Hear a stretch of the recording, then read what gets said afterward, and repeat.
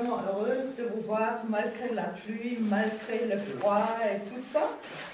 Et aujourd'hui, vraiment, nous avons la chance d'apprécier des choses peut-être qui sont différentes à notre culture, à notre religion, mais des choses aussi qui sont très beaux et valables et qui animent la vie de beaucoup de personnes. Donc, ceux qui étaient là la dernière fois, c'est vous qui avez voulu savoir plus sur le soufisme. Donc, M. Bigard est là aujourd'hui pour nous en parler. Donc, il va faire un petit exposé. Et puis, par la suite, on peut poser toutes les questions qu'on veut. Il est assez ouvert. Et donc, ne vous gênez pas, tout ce qui est sur votre cœur. Donc, je vous donne la parole. أعوذ بالله من الشيطان الرجيم بسم الله الرحمن الرحيم الحمد لله رب العالمين الرحمن الرحيم مالك يوم الدين إياك نعبد وإياك نستعين اهدنا الصراط المستقيم صراط الذين أنعمت عليهم غير المغضوب عليهم ولا الضالين آمين اللهم صل على سيدنا محمد الفاتح لما أغلق والخاتم لما سبق الناصر الحق بالحق والهادي إلى صراطك المستقيم وعلى آله حق قدره ومقداره العظيم إن الله وملائكته يصلون على النبي يا أيها الذين آمنوا صلوا عليه وسلموا تسليما صلى الله تعالى عليه وعلى آله وصحبه وسلم تسليما سبحان ربك رب العزة عما يصفون وسلام على المرسلين والحمد لله رب العالمين.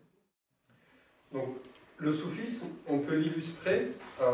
Il y a énormément de choses à dire dessus. Il y a beaucoup à détailler. Les savants et les saints de l'islam ont écrit énormément à ce sujet, autant que dans toutes les sciences. On trouve des milliers de définitions du soufisme. Il y a beaucoup de sciences dans l'islam, on trouve des variantes dans les définitions de ces sciences, mais le soufisme, c'est une science qui est issue, comme ils disent, du goût, de la dégustation, de l'affinité personnelle avec le divin. Donc c'est pour cette raison qu'on va trouver énormément de définitions de ce qu'est le soufisme. Chaque grand homme, chaque grand saint va parler de par son expérience, de par ce qu'il a découvert à travers ce soufisme-là. C'est pour ça qu'on trouve beaucoup de définitions, mais on trouve une parole du prophète de l'islam, le prophète Mohammed, sallallahu alayhi wa sallam. Donc, nous autres musulmans, quand on dit sallallahu alayhi wa sallam, c'est une invocation qui se traduirait par qu'Allah lui accorde paix et bénédiction. Donc c'est quand on évoque tous les messagers, tous les envoyés de la part d'Allah, et vous savez que l'islam reconnaît l'ensemble des messagers présents dans les autres religions, donc depuis Adam jusqu'à Mohammed, en passant par Jésus, Moïse, Abraham, Jonas, Joseph, etc., etc., etc. Donc quand on les évoque, on demande les bénédictions d'Allah, du Seigneur, pour eux, en vertu de ce qu'ils ont accompli, de ce qu'ils ont enduré.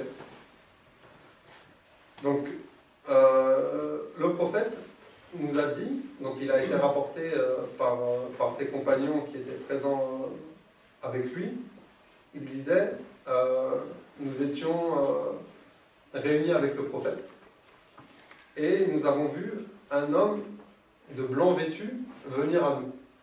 Et il ne portait pas sur lui les traces du voyage. Donc vous savez que le contexte de la naissance de l'islam, des débuts de l'islam, en tout cas durant la vie du prophète, c'est l'Arabie, c'est le désert. Donc quand ils disent ça, c'est pour faire remarquer que nous on était dans un état, parce que voilà, quand on voyage, les conditions de l'époque font que quand on a des habits blancs, ils ne restent pas blancs longtemps. Et lui, cet homme-là, donc, il est venu à nous et il était tout de blanc vêtu. Et il ne portait pas sur lui les traces du voyage. Donc ses habits étaient impeccables. Et il s'est adressé au prophète en lui disant « Ô Mohammed, informe-moi au sujet de ce qu'est l'islam. » Et le prophète lui a répondu sallallahu alayhi wa sallam, l'islam, c'est que tu témoignes qu'il n'y a pas d'autre Dieu qu'Allah et que Mohammed est son messager, que tu accomplisses la prière, que tu accomplisses le jeûne, en parlant du jeûne de Ramadan, l'aumône obligatoire, ce qu'on appelle la zakat, et le pèlerinage. Et l'homme lui a dit, tu as dit vrai, tu as raison. Et les compagnons se sont étonnés. Donc cette personne-là, qu'on ne connaît pas, qui n'est pas l'un des nôtres, elle vient, elle pose une question, et c'est le prophète, lui qui est le détenteur des connaissances de l'islam, donc qui lui répond, et cette personne-là lui dit, tu as certes dit vrai. Il lui dit, informe-moi au sujet de la foi. Al-Iman. Le prophète lui dit, la foi, c'est que tu crois en Allah, en ses messagers, en ses livres révélés, donc ce qui inclut le Coran, la Torah, l'Évangile, les psaumes, toute révélation faite à un prophète, donc nous sommes tenus d'y croire. Donc, ces livres, ces anges, la prédestination et le jour dernier. De quoi, pardon ? Le jour dernier. Ah, le dernier. Le jour de la résurrection. Oui, c'est la même chose. Donc c'est ce qu'on appelle dans l'islam les 6 piliers de la foi. Donc il a d'abord questionné au sujet de qu'est-ce que l'islam. Le prophète lui a répondu en le mentionnant les 5 piliers de l'islam. Les piliers qui sont connus par les gens. Ensuite il l'a interrogé au sujet de la foi et le prophète lui a répondu en lui mentionnant les 6 piliers de la foi. Ce par quoi une personne ne peut pas être considérée croyante si elle rejette l'un d'entre eux. 5 ou 6 6. Alors, l'islam comporte 5 piliers et la foi donc, comporte 6 piliers. L'islam concerne les pratiques. La foi concerne les croyances. Et donc il lui a répondu en lui mentionnant ces 6 choses. Croire en Allah, en Dieu, ses messagers, ses livres, ses anges, en la prédestination et au jour dernier, le jour du jugement. L'homme lui a dit, tu as dit vrai. Et il lui dit, informe-moi maintenant au sujet de ce qu'est la perfection. Al-Ihsan en arabe. Et le prophète lui a répondu, c'est que tu adores Allah comme si tu le voyais. Et si tu ne le vois pas, sache que lui te voit. Ensuite, il lui a à nouveau dit, tu as certes dit vrai. Il a continué à lui poser quelques questions comme ça. Ensuite, il s'en est retourné. Et une fois qu'il était parti, le prophète a interrogé ses compagnons. Il lui a dit, savez-vous qui était cet homme-là? Ils lui ont dit, Allah et son messager savent mieux que nous. Il leur a dit, c'est l'ange Gabriel qui est venu à nous pour vous enseigner votre religion. Donc ça, ce hadith, ce qu'on appelle un hadith dans l'islam, c'est toute parole du prophète, acte ou ce qui s'est passé en sa présence et qu'il a validé. Donc c'est ça qu'on appelle un hadith. C'est-à-dire une de ses paroles qu'il a dites en assemblée ou quelque chose auquel les gens ont assisté et qui l'ont rapporté de lui. Donc cette parole-là, elle fait partie des bases dans la compréhension de l'islam. Parce qu'il pose les 3 grands axes de la religion. Donc, notamment celui que je suis venu pour expliquer ici. Donc, on a donc l'axe des adorations avec l'islam. Donc le fait de témoigner qu'il n'a de Dieu qu'Allah et que Mohammed est son messager pour devenir musulman, accomplir la prière obligatoire 5 fois dans la journée, accomplir le jeûne de Ramadan 1 fois dans l'année, accomplir l'aumône légale si tant est qu'on y soit exigible, accomplir le pèlerinage si tant est qu'on en ait la capacité. Donc ça, c'est ce qu'on appelle les piliers de la pratique religieuse. Donc, les piliers, c'est... Pourquoi on appelle ça un pilier? Donc, les termes ne sont absolument pas utilisés au hasard dans l'islam. Donc, le pilier, c'est ce sur quoi on va pouvoir bâtir autre chose. Comme une maison, ou, comme ce fut le cas. Donc, on a des piliers, on va pouvoir construire ensuite par-dessus les bases, les fondements. Donc, le premier grand axe de l'islam, c'est donc la pratique religieuse. Le deuxième grand axe, c'est celui de la foi. Celui sans lequel il n'y a pas de pratique qui soit valable. Donc, si on ne croit pas, donc on ne peut pas pratiquer. Si on le pratique, on le fait pour la découverte ou pour autre chose, mais en tout cas, ce ne sera pas une pratique qui sera recevable du point de vue de l'islam. Donc, on a la pratique, la foi et ce que l'ange Gabriel a appelé la perfection. Donc, il a appelé lui-même al-ihsan, l'excellence ou la perfection. Donc, qu'est-ce que c'est que cette perfection-là? Donc, c'est ce qui fait l'objet du détail de la science qu'on appelle ensuite le soufisme. C'est-à-dire, comme le prophète sallallahu alayhi wa sallam l'a dit, d'adorer Allah comme si on le voyait, en sachant que même si on ne le voit pas, que lui nous voit. Donc c'est ça qui sert de base pour développer ensuite et justifier ce qu'est le soufisme dans l'islam et la partie, entre guillemets, spirituelle. Donc on a l'habitude également de parler du soufisme en utilisant des synonymes, comme la science de la purification de l'âme. Donc dans l'islam, comme Marc a dit tout à l'heure, c'est une science qui a trait à l'intérieur. La purification de l'âme, la purification du cœur et le rappel, le souvenir constant du Seigneur. Donc ce qu'on appelle le dhikr en arabe. Donc le fait de se rappeler constamment le Seigneur. Donc, dans la parole du prophète, quand il a dit le fait d'adorer Allah comme si tu le voyais, donc ça témoigne que c'est pas la simple adoration qui est voulue par la prière normale. Sinon, il n'aurait pas rajouté aux 5 piliers de l'islam qui définissent la pratique religieuse, il n'aurait pas rajouté autre chose. Si cette pratique en elle-même était une pratique qui justifie une adoration du Seigneur totale et dévouée, donc on n'aurait pas rajouté quelque chose qui mérite qu'on le définisse comme si tu le voyais. Donc c'est une des grandes bases sur lesquelles repose le soufisme, et cette base-là, donc, elle est issue, donc le soufisme, on est dans une discipline islamique.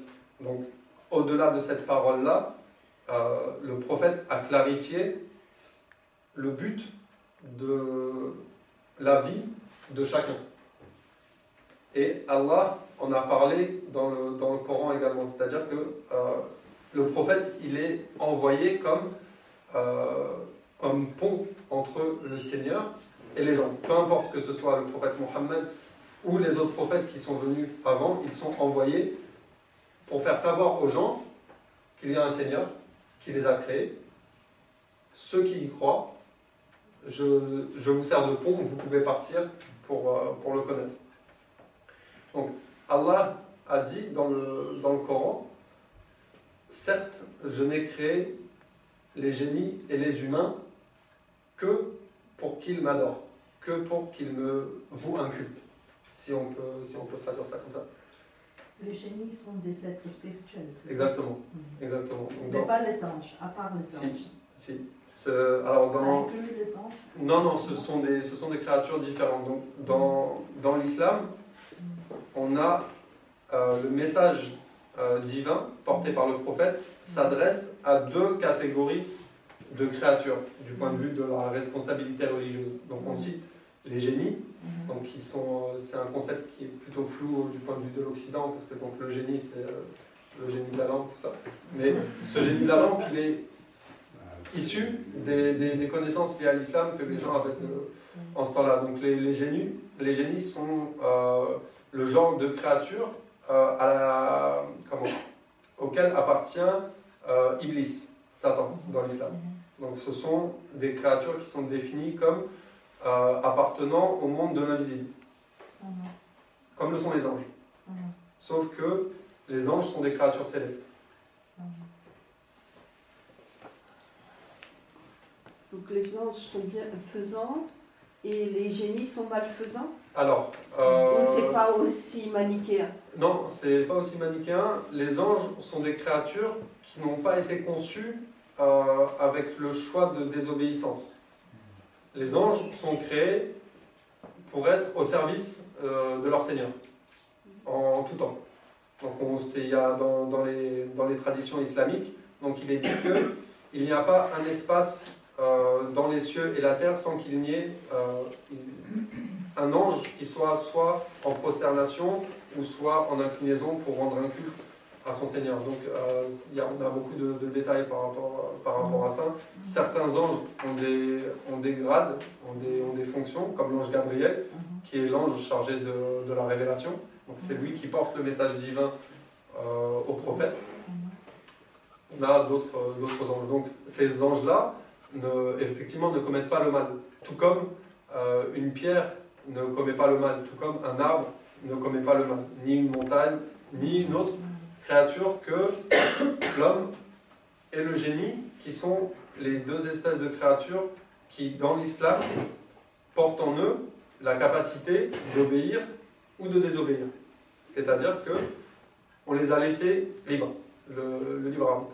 C'est ce qui différencie les hommes et les génies. C'est pourquoi le message s'adresse à eux. Les autres créatures sont considérées dans l'islam comme, c'est mentionné dans le Coran, ce qui est dans les cieux et sur la terre glorifie le Seigneur des mondes. Donc on a cette conception-là dans l'islam que tout ce qui est créé possède une âme connaissante du Seigneur. Et l'homme donc, possède cette âme, mais il a la particularité que Allah, le Seigneur, lui a créé ce qu'on appelle l'âme passionnelle, l'ego. Donc, ce qui fait que cet ego-là voile la connaissance initiale, primaire, qu'il a de son Seigneur. Donc, ça fait partie des objets du soufisme, dans la définition qu'on en a donnée, la purification de l'âme, le fait de chercher à se libérer de l'assouvissement de l'âme passionnelle, de l'ego. J'y reviendrai par la suite. Donc, Allah citait dans le verset que la raison de l'existence de l'espèce humaine, c'est le fait de connaître son Seigneur, de lui rendre un culte, de lui vouer une adoration. Donc, en commençant par le premier homme, donc selon notre croyance qui n'était pas un singe, mais qui était bel et bien un homme, donc c'est notre père Adam.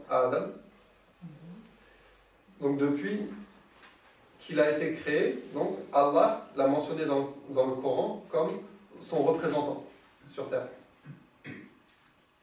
Les anges existaient déjà, ainsi que les génies. Parmi les anges à cette époque-là, il y avait donc l'actuel diable qui est mentionné comme Iblis dans le Coran, donc qui était parmi les anges. Et Allah a informé les anges qu'il va envoyer un représentant sur terre. Et il créa donc, comme c'est mentionné, d'argile et d'eau, notre père Adam. Ce fut le premier homme. Et à la suite de cette création, en guise d'honneur et pour marquer que le représentant de l'ordre divin sur terre est une créature parmi la création choisie et élue, Allah a demandé aux anges de se prosterner pour lui. Et Allah dit dans le Coran, sauf Iblis, donc c'est-à-dire Satan, qui s'enfla d'orgueil et qui contesta, en disant que moi je suis meilleur que lui. Tu m'as créé de feu et lui tu l'as créé de terre. Donc sans suivi, donc la suite de l'histoire elle est connue du d'islam, c'est pas le sujet, mais pour dire que l'envoi de l'homme sur terre était issu d'une élection divine. Du point de vue de l'islam, Allah a dit dans le Coran qu'il a choisi les fils d'Adam, qu'il les a élus parmi l'ensemble de la création. Donc depuis Adam jusqu'à nos jours, donc l'humanité a été créée pour connaître son Seigneur. Dans une parole du prophète, donc il dit que Allah a dit « J'étais un trésor caché et j'ai aimé me faire connaître par la création. » Donc, Allah a créé ce qui existe, il était existant dans son royaume et il a voulu se faire connaître par la création. Donc ça rejoint le verset coranique qui appelle les gens à l'adoration et à la connaissance du Seigneur. C'est-à-dire que la connaissance de l'existence est une chose, comme on peut avoir la connaissance de... J'ai entendu parler de telle personne ou de telle chose, mais est-ce que je la connais? J'ai juste entendu parler d'elle. Ce n'est pas une véritable connaissance, c'est une connaissance restreinte. Mais la découverte et la connaissance profonde, c'est ça qui est voulu par ce verset coranique. J'ai créé les hommes pour me manifester à eux et pour qu'ils me découvrent, pour qu'ils me connaissent. Et donc, la finalité du soufisme, c'est celle-là. Quand on parle du fait d'adorer Allah comme si on le voyait, donc c'est de cette découverte dont on parle. Alors cette découverte, c'est pas aussi simple de se dire bon, moi maintenant je fais ma religion comme si je voyais mon Seigneur. Donc ça passe par le fait, comme je vous avais expliqué, comme je viens de vous l'expliquer, que donc l'homme il est créé en tant qu'être dominé par son âme. Donc, il possède une âme qui est décrite dans le Coran comme incitatrice au mal. C'est ça que, pour schématiser, c'est ce qui nous pousse à mal agir ou bien à être excessif dans nos pensées, dans nos actes au quotidien. Donc, on a pour définir un ordre d'idées, un des grands spécialistes du soufisme, qui est très connu à la fois dans le monde islamique et dans le monde occidental, qui est Abu Hamid al-Ghazali, l'imam al-Ghazali, qui a écrit un ouvrage donc de revivification des sciences de la religion, qui est un ouvrage de sciences ésotériques qui traite du retour véritable à la pratique religieuse par l'aspect ésotérique, c'est-à-dire intérieur. Dans un des nombreux volumes de cet ouvrage monumental, monumental, pas forcément par rapport au volume, mais par rapport au sens, au contenu qu'il contient, il avait diagnostiqué 566 maladies du cœur. Autant de maladies qui voilent la personne de la connaissance de son Seigneur. Donc il avait précisé des diagnostics ou non. Donc le fait de cheminer dans le soufisme font partie de ça, le fait de lutter, de se traiter contre ces maladies qui ne sont pas des maladies qui sont spécifiques aux musulmans. On considère que même une personne qui va s'analyser, même si elle ne trouve pas les plus que 500, elle va au moins voir en elle des caractéristiques détestables, même si elle vit avec, ou elle ne se rend pas compte de l'immoralité de ces caractéristiques. L'orgueil, l'avarice, l'hypocrisie, C'est le péché capitaux. La colère, Beaucoup plus. plus, notamment. 566. Notamment. Il n'y en a pas que ça. Notamment. Pour globaliser. Alors, il y a une nuance dans la mesure où l'âme peut inciter à des excès qui ne sont pas en soi considérés comme des péchés dans l'islam, mais qui sont des excès de l'âme. Par exemple, citons les excès de sommeil, de nourriture, ou de ci, de ça, des choses qui ne sont pas en soi des péchés, des choses graves, mais qui sont des demandes de l'âme passionnelle. Ça fait partie des choses que le cheminant dans le soufisme se doit de traiter pour parvenir à cette connaissance. Ça fait partie des choses essentielles dans le soufisme. C'est un thème récurrent et principal. Donc, la purification du cœur, de quoi? De ces maladies. Donc, à nouveau, on trouve tout ça dans le Coran et dans les récits prophétiques. Le soufisme, qui a à nouveau une sens islamique, ne comporte pas d'inspiration extérieure. Il est issu de la vie du prophète avec ses compagnons. Donc, le prophète, sallallahu alayhi wa sallam, est apparu à la Mecque, donc un peu d'histoire, en 570. Donc, il est mort 63 ans plus tard, en année lunaire. Donc, il est apparu dans un contexte qui n'est pas forcément meilleur que le contexte qu'on connaît actuellement du point de vue du manque de spiritualité. Donc, il est arrivé au milieu, c'est-à-dire qu'il était présent, il est né au milieu de polythéistes, de gens qui n'avaient pas une croyance en un Dieu unique, mais qui avaient des mœurs plutôt déplorables.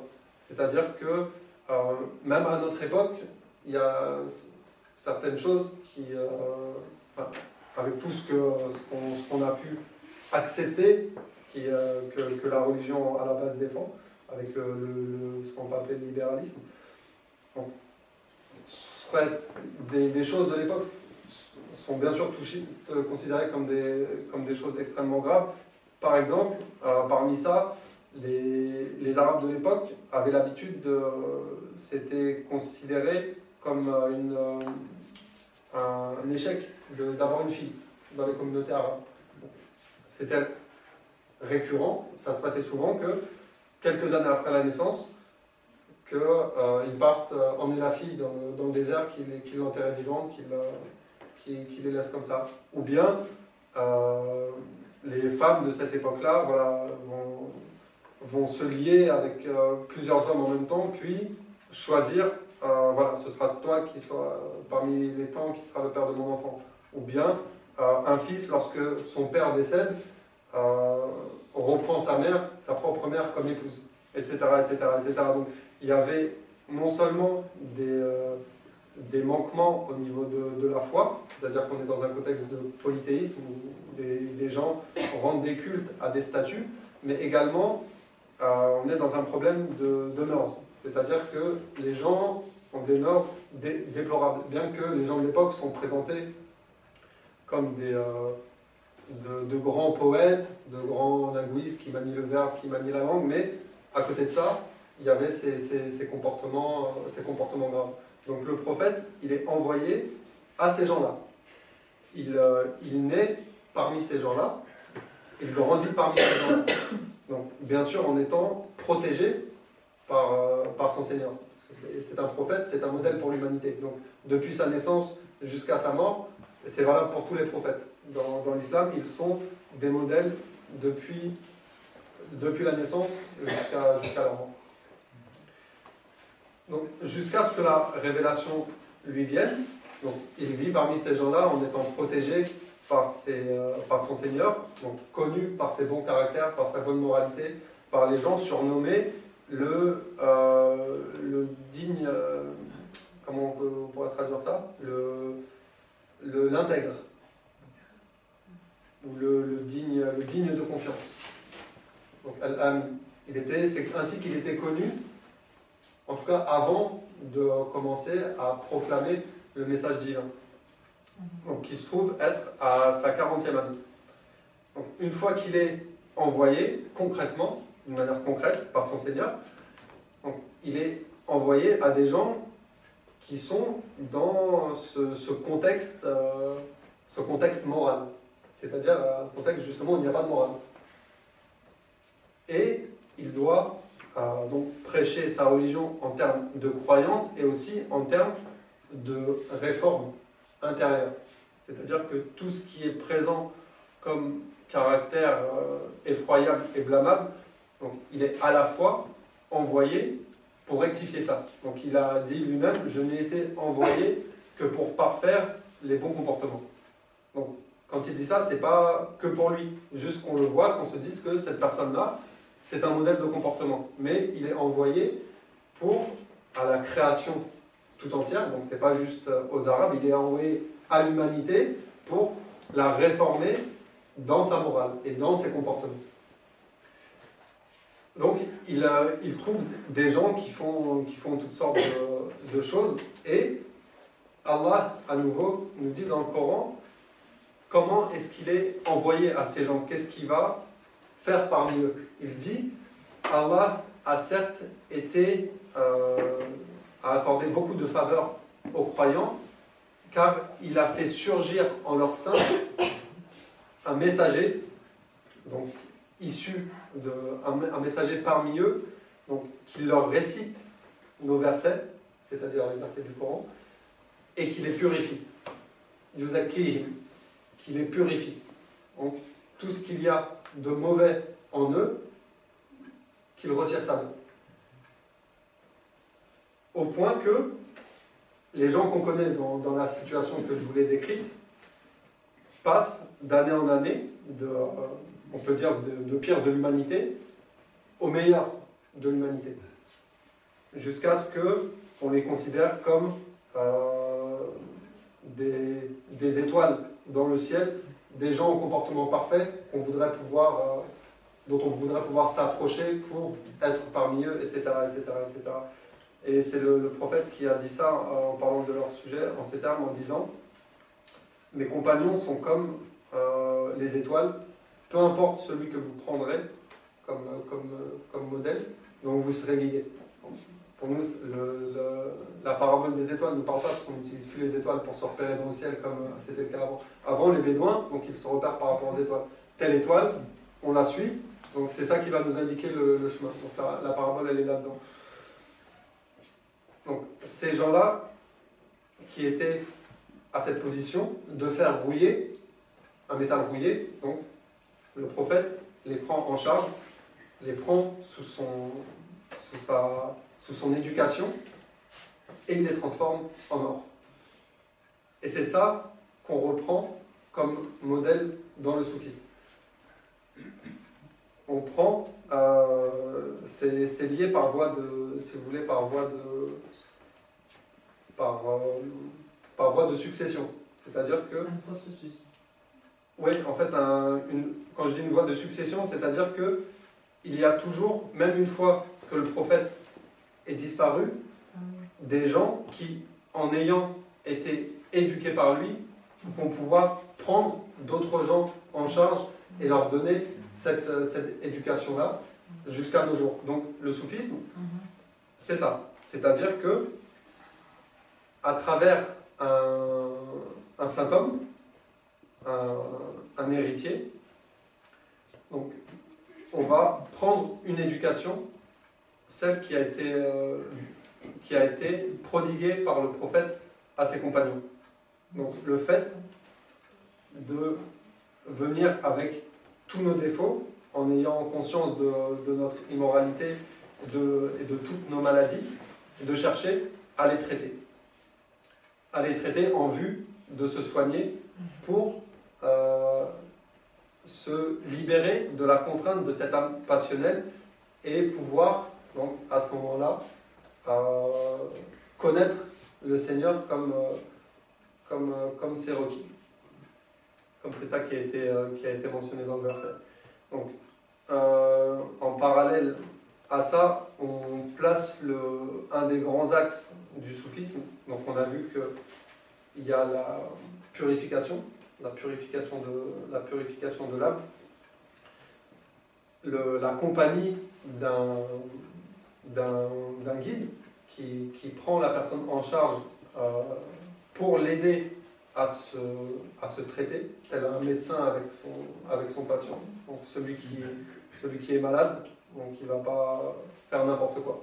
Il va chercher un bon médecin qui va lui diagnostiquer son problème et lui indiquer la solution pour y remédier. Puis le fait de se rappeler abondamment son Seigneur. Ça fait partie, on peut classer le soufisme en 3 grands axes. La compagnie d'un guide qui nous aide à purifier notre âme et par lequel on va se rappeler du Seigneur. C'est ce qui est central dans le soufisme, c'est que la personne prend conscience qu'elle existe par une grâce de son Seigneur et que sa vie doit être mise à disposition de son Seigneur pour le remercier de ses grâces, pour chercher à le connaître, à perfectionner la relation qu'on a avec lui, pour pouvoir l'adorer, à travers ça, le remercier. Donc un jour, il y a une des femmes du prophète, Aïcha, qui l'a trouvé en train de prier d'une manière abondante, au point que ses jambes ont commencé à se gonfler à cause du sang. Ça a commencé à gonfler. Et elle lui a dit, pourquoi est-ce que tu fais tout ça alors que ton Seigneur t'a déjà pardonné tes fautes passées et tes fautes futures? Et il lui a répondu, oh Aïcha, est-ce que je n'aurais pas le droit d'être un serviteur reconnaissant de mon Seigneur?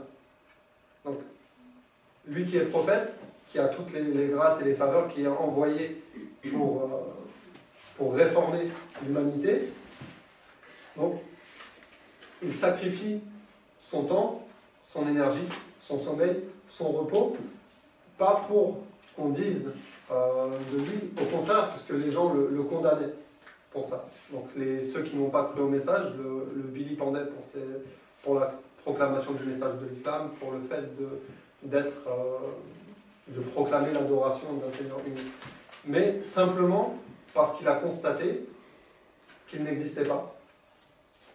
Il est venu à l'existence par la volonté de son Seigneur qui lui a accordé la vue, un odorat, une ouïe, de pouvoir marcher, admirer sa création. Donc, porter le message de son Seigneur, il le remercie pour ça. Et c'est ce qu'il a enseigné à ses compagnons, le fait de destiner sa vie donc, au remerciement du Seigneur pour les faveurs dont il nous a comblés. Le soufisme, on peut dire à travers mes paroles que finalement ce que je décris, ce n'est rien de plus que finalement ce dont je parle, ce n'est que l'islam. Mais oui, effectivement c'est l'islam, d'une manière parfaite et complète. Alors pourquoi on en vient à parler de soufisme? Pourquoi on en vient à parler de se rappeler de son Seigneur? Pourquoi on en vient à parler de purifier son cœur, son âme? Donc parce que la manière dont le prophète a éduqué ses compagnons, ça porte pas à confusion. Mais au fil des générations, on a constaté maintenant qu'il y a une dégradation au niveau des mentalités, des caractères, et qu'il y a certains préceptes de l'islam qui commencent à disparaître, majoritairement. Donc, que les gens, quand ils prient, ce n'est qu'une gymnastique. Que quand ils jeûnent, ce n'est finalement qu'une privation de faim sans intérêt, sans but. Donc, on a constaté également que malgré cette perdition, il y a une partie des gens qui continuent sur la voie qui a été tracée et préparée par le prophète. Et que ce qui les caractérise majoritairement, c'est qu'ils traitent leur intérieur. Ils ne se limitent pas à une pratique vaine extérieurement. Et qu'on constate chez ces gens-là qu'ils sont constamment en train d'évoquer leur Seigneur, de parler de lui, de se le rappeler dans des assemblées, de se traiter, etc. Et ça fait partie des recommandations du prophète également à ses compagnons quand il avait dit rappelez-vous d'Allah jusqu'à ce que les gens disent que vous êtes fous. C'est-à-dire sans limite. Sans limite. Parce que, à nouveau, c'est ça le but de la création. Et donc chez ces gens-là, chez cette partie persistante de la communauté de l'islam, on a constaté qu'ils étaient comme ça. Donc on leur a donné un nom pour les distinguer. Ce nom-là, c'est les soufis. Donc, alors le terme soufi, à nouveau, il y a beaucoup de pourquoi est-ce qu'on emploie le terme de soufi, qu'est-ce que ça veut dire donc il y a plusieurs explications, plusieurs définitions, plusieurs interprétations. Parmi elles, dans la langue arabe, le verbe safa signifie être pur, être clair. Donc, une eau pure, claire.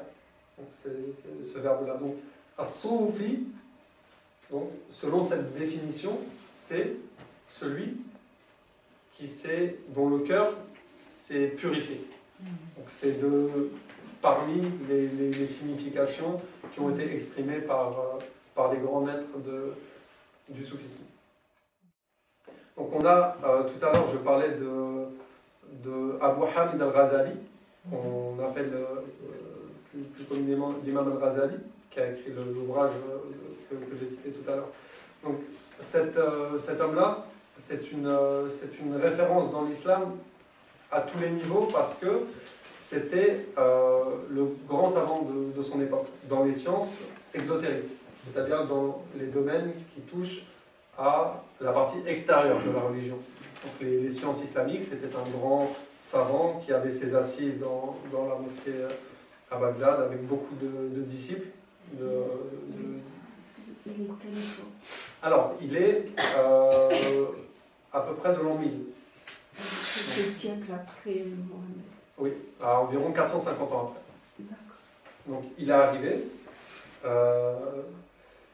il menait sa vie de grand savant avec ses assemblées et il n'avait pas de souci par rapport à ça. Il était un représentant complet de l'islam d'une manière extérieure. Alors, ce qui lui est arrivé, c'est que un jour il faisait la prière avec son jeune frère. Son plus petit frère, ils étaient en train de procéder à la prière tous les deux. Et son jeune frère, c'était quelqu'un qui n'était pas porté comme lui dans les sciences religieuses, l'enseignement, mais c'était quelqu'un qui était très porté sur la purification du cœur. Et en pleine prière, donc c'était son grand frère qui dirigeait la prière, l'imam al-Ghazali. Lui, le petit frère, il est sorti de la prière jusqu'à ce que l'imam al-Ghazali se retrouve tout seul et qu'il finisse sa prière et qu'il l'interroge à ce sujet-là, parce que c'est dans la prière en assemblée, donc c'est pas possible de faire ça, c'est-à-dire que c'est une prière en congrégation qui a des règles bien spécifiques, notamment qu'elle est dirigée par une personne, les autres s'alignent derrière lui, ils doivent le suivre dans le mouvement jusqu'à la fin. Bon, s'il n'y a pas une raison particulière qui pousse la personne soit pour un quelconque danger ou un malaise ou quelque chose comme ça, donc il n'y a pas de raison que la personne quitte sa prière. Donc c'est quelque chose de très surprenant. Donc il l'a interrogé, il lui a dit pourquoi est-ce que tu es sorti de la prière en pleine prière avant qu'on ait fini. Et son jeune frère lui a dit, je t'ai vu, j'ai vu ta tunique imbibée du sang des menstrues. De sang quand les femmes ont leur période. Il a dit, je t'ai vu souillé de ce sang-là. Or, une personne qui prie en ayant du sang sur elle, le sang est une impureté du point de vue de la législation islamique, donc il doit nettoyer pour faire sa prière. S'il prie délibérément en ayant du sang sur lui, la prière ne peut pas être accomplie. Et elle ne peut pas être valable de cette manière-là. Et son frère, donc, il a vu ça, mais c'était métaphorique, puisque lui était tout propre. Mais il lui a dit, moi je t'ai vu trempé de sang. Donc je suis sorti de la prière. Et là, on va dire, c'est le grand choc pour l'imam al-Ghazali. À ce moment-là, c'est qu'il comprend qu'il était perturbé par une question juridique, un détail juridique, au niveau des règles féminines. Est-ce que la femme qui est atteinte dans ces périodes, est-ce qu'elle doit faire ci, est-ce qu'elle doit faire ça? Ça l'a perturbé pendant toute sa prière au point qu'il n'était pas concentré. Son frère, lui, donc ça lui est apparu de cette manière-là, qu'il l'a vu véritablement souillé au point qu'il a dû quitter la prière. Mais lui n'avait pas vu ça, parce que c'est on peut dire une inspiration ou une vision intérieure qui représentait un état chez cet homme qui était un grand savant, reconnu par tous. Donc là, c'est un peu l'effondrement, c'est l'effondrement total pour l'imam al-Ghazali qui, pendant 2 semaines, se cloître chez lui, qui ne sort plus, on ne voit plus. Donc chez les biographes, on appelle ça la crise spirituelle. C'est-à-dire qu'il passe son temps et il se remet en question. Ce que j'ai fait jusqu'à présent, ça m'a amené à quoi finalement? La finalité, ça a été quoi? C'est que malgré tout ce que je peux pratiquer, malgré tout ce que je peux apprendre et enseigner, finalement, je reste un serviteur de mon Seigneur discret, qui, en plein cœur de ses adorations, n'est pas concentré. Donc 2 semaines après, il abandonne tout. Il quitte tout. Parce qu'il a compris, à travers la réflexion de son frère, que tout ce qu'on peut accomplir extérieurement, si on n'est pas traité, si on n'est pas pur, comme on l'a dit à travers le terme safa, si on n'a pas purifié son cœur de toutes ces maladies, le fait, moi, de venir me mettre devant les gens pour enseigner, moi le grand savant, moi le grand ci, le grand ça, ou être vu par les gens, vouloir, plutôt que d'être profitable aux gens, que les gens disent du bien de moi, etc. etc. Donc, ayant pris conscience de ça, c'est plus possible de continuer comme ça. Donc il a tout abandonné et il est parti demander conseil à son frère pour qu'est-ce qui lui a permis d'en arriver à ce qu'il puisse lui faire, lui, des révélations et lui donner des informations que lui, le grand savant, ne connaît pas. Donc son frère lui a indiqué qu'il avait un maître qui le préparait, qui l'éduquait, qui le traitait de cette manière-là. Et donc pendant quelques années, j'ai plus le nombre exact, l'imam al-Ghazali est parti. Il a quitté son poste et il a cherché à trouver ce que son frère avait pu obtenir. Et il est revenu des années après donc, avant ça, il écrivait des ouvrages sur les sciences islamiques, de grands ouvrages de référence connus, et il est venu avec cet ouvrage de revivification des sciences de la religion, le fait de faire revivre. Donc, après avoir mis en application ce qu'il n'avait pas pu mettre en application durant toutes ces années. Pour l'anecdote, la première fois qu'il a rencontré l'homme que son frère lui avait indiqué, celui qui allait l'éduquer, le préparer, le purifier, il est venu à lui avec ses notes, son cahier. Il s'est assis devant lui. Et l'homme lui a dit, dans notre discipline, les notes, les stylos, ça n'existe plus. Maintenant, c'est la pratique véritable. C'est la mise en application. Et il lui a désigné, il avait une peau morte, une peau d'animal morte, comment on va dire, un déchet, quelque chose comme ça.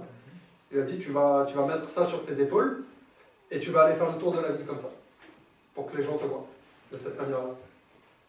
Donc ça, c'est quand les spécialistes du soufisme, ils parlent de purification de l'âme, il y a beaucoup de synonymes, dont un terme connu qu'on appelle en arabe jihad an-nafs, la lutte ou le combat contre l'ego, le fait de s'opposer à ce que l'ego recherche.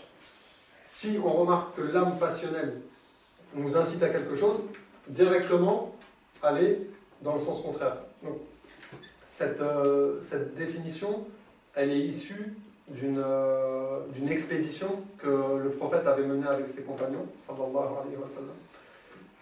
Donc, il y avait eu des morts, des blessés, c'était une période de guerre. Et donc à la fin de cette expédition-là, une fois qu'ils sont rentrés, donc le compagnon lui a dit, nous sommes rentrés du djihad. Donc le djihad en arabe c'est la lutte, l'effort. Le prophète lui a répondu, nous sommes revenus d'un petit djihad, d'un petit effort, vers un grand djihad. Et il parlait, et il a dit, et c'est la lutte contre soi, la lutte contre l'âme passionnelle. Donc cette anecdote de la peau de bête morte, alors il est fort probable, donc ça n'a pas été dit textuellement, mais qu'il y avait chez lui un peu de vouloir se faire avoir cette reconnaissance de personnes nobles, grands savants, notables. Tu mets la peau de bête morte, tu vas faire le tour de la ville, les gens vont te voir ainsi. Comme ça va. On en finit avec cette image. Donc,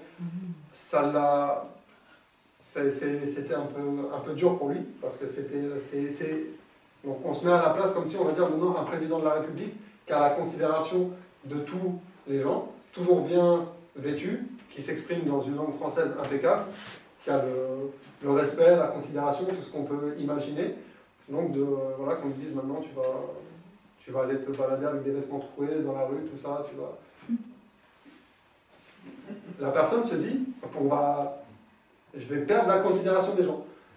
Mais ça fait partie de ce que représente le soufisme, c'est d'être sincère et honnête pour son Seigneur. Ne pas rechercher quelques mérites ou quelques prestiges auprès des gens. Donc il a fait le tour du quartier avec sa peau. C'était dur, mais il l'a quand même fait parce que, donc, au point où il est arrivé, il a bien pris conscience que son cas, il était grave. D'où la vision de son frère. Et quand il est revenu, donc son maître, il lui a dit, c'est bon, tu es parti, tu as fait le tour. Il lui a dit, pour le rassurer, ne t'inquiète pas, personne ne t'a reconnu. Personne n'a succédé.